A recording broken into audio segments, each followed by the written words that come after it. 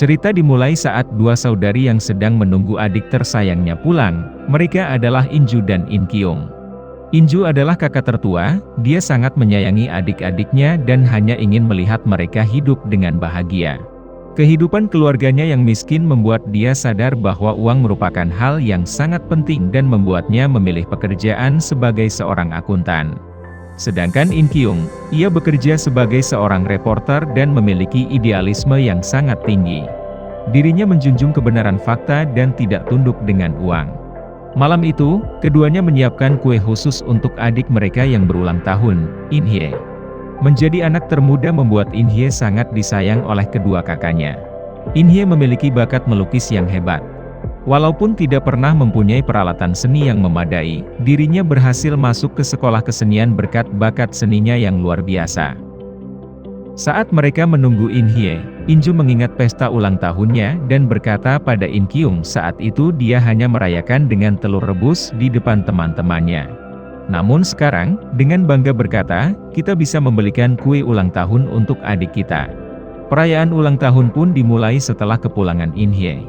Dirinya sangat senang dengan perhatian kedua kakaknya itu. In Hye kemudian diberi uang 2,5 juta won yang sudah dikumpulkan Inju dan In Kyung untuk dipakai karya wisata sekolahnya ke Eropa. Namun, ibu mereka Heon tidak menyetujuinya.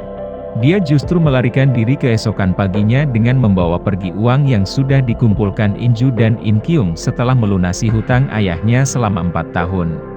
Melalui catatan yang Heon tinggalkan, ia berkata sangat mengkhawatirkan suaminya yang kecelakaan di Filipina. Bukankah ibumu tidak pernah bepergian ke luar negeri pada usia ini? Heon pun berkata bahwa kini dia ingin hidup demi dirinya sendiri, dan bukan demi anak-anaknya. Inju pun marah, lalu menenangkan In Hye sambil berkata ada sebagian orang yang sebaiknya tidak menjadi seorang ibu, kebetulan orang itu adalah ibu kita. Sementara In Hye dengan tenang menjawab tidak apa-apa, dia tidak pernah berpikir bahwa akan bisa ikut Dharma Wisata. In Kyung pun tetap meyakinkan In Hye bahwa kedua kakaknya itu akan tetap mengusahakan dia pergi Dharma Wisata. Namun In Hye berkata kalau ia tidak kesal, ia justru lebih tidak suka kedua kakaknya yang memaksakan diri. Sementara itu, saat bekerja sebagai akuntan di sebuah perusahaan konstruksi, Inju tumbuh dekat dengan Hwayang. Mereka menyadari perjuangan satu sama lain sejak Hwayang dibully di lantai 14 dan Inju dibully di lantai 13.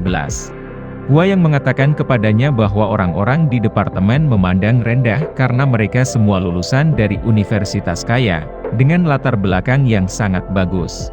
Tidak seperti mereka berdua, yang membuat mereka terbuang. Setelahnya, Hwayong menawarkan uang yang Inju butuhkan setelah permintaannya ditolak Ibu Hwang, pemimpin tim akuntansinya untuk meminta uang muka gaji.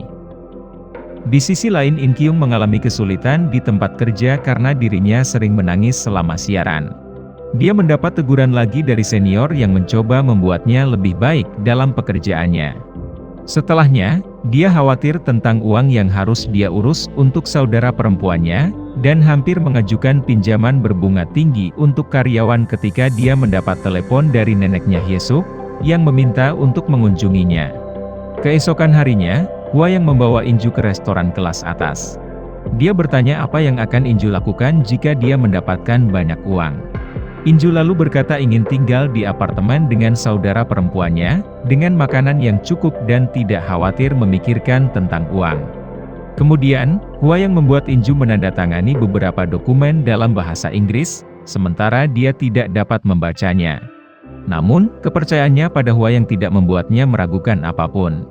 Sementara itu, In Kyung yang pergi ke tempat Hyesuk, dengan ketegangan antara keduanya, dia diberikan uang untuk keperluan Dharma Wisata In Hye. Dan sebagai gantinya, In Kyung harus membacakan koran setiap akhir pekan selama 1 bulan. Keesokan harinya saat pergi, In Kyung bertemu dengan Ha Jong Ho, dan mereka tampaknya memiliki semacam hubungan. Di sisi lain Inju mencoba memberi adik bungsunya uang yang telah mereka siapkan. Tapi In Hye menolaknya karena beban yang dia rasakan melihat pengorbanan mereka untuknya. Dia kemudian pergi, tetapi ketika Inju mengikutinya, dia melihat In Hye memasuki mobil. Inju yang khawatir terus mengikutinya lalu melihat In Hye menerima sejumlah uang dari ibu temannya. Inju kemudian mengembalikannya, meskipun uang itu hasil dari In Hye melukis. lalu memberitahu In-hye untuk tidak menerima uang itu karena ia tidak mau adiknya disebut pengemis. Di sisi lain Jang Mari yang merupakan reporter lain di perusahaan In-kyung, tertarik meliput berita tentang Park Jae-sang yang mungkin mencalonkan diri untuk pemilihan wali kota. Namun, In-kyung meragukannya. Itu karena Park Jae-sang pengacara yang membela pihak bank, dalam kasus bank tabungan Bobae. Supervisor mereka kemudian membuat mereka bekerja secara terpisah, dan melihat pihak mana yang lebih baik untuk mengambil berita. In-kyung pun menunjukkan keahliannya dengan menggali apapun yang bisa digunakan untuk berita. Keesokan harinya, Inju menemukan surat dari Hwayang yang memberinya beberapa tugas serta rahasia kotor rekan-rekannya yang biasa membulinya. Namun, Inju tidak menganggapnya serius dan malah menganggapnya lucu. Tidak lama dari itu, Choi Duil masuk dan melihatnya melakukan yoga, tapi tidak mengatakan apa-apa tentang itu.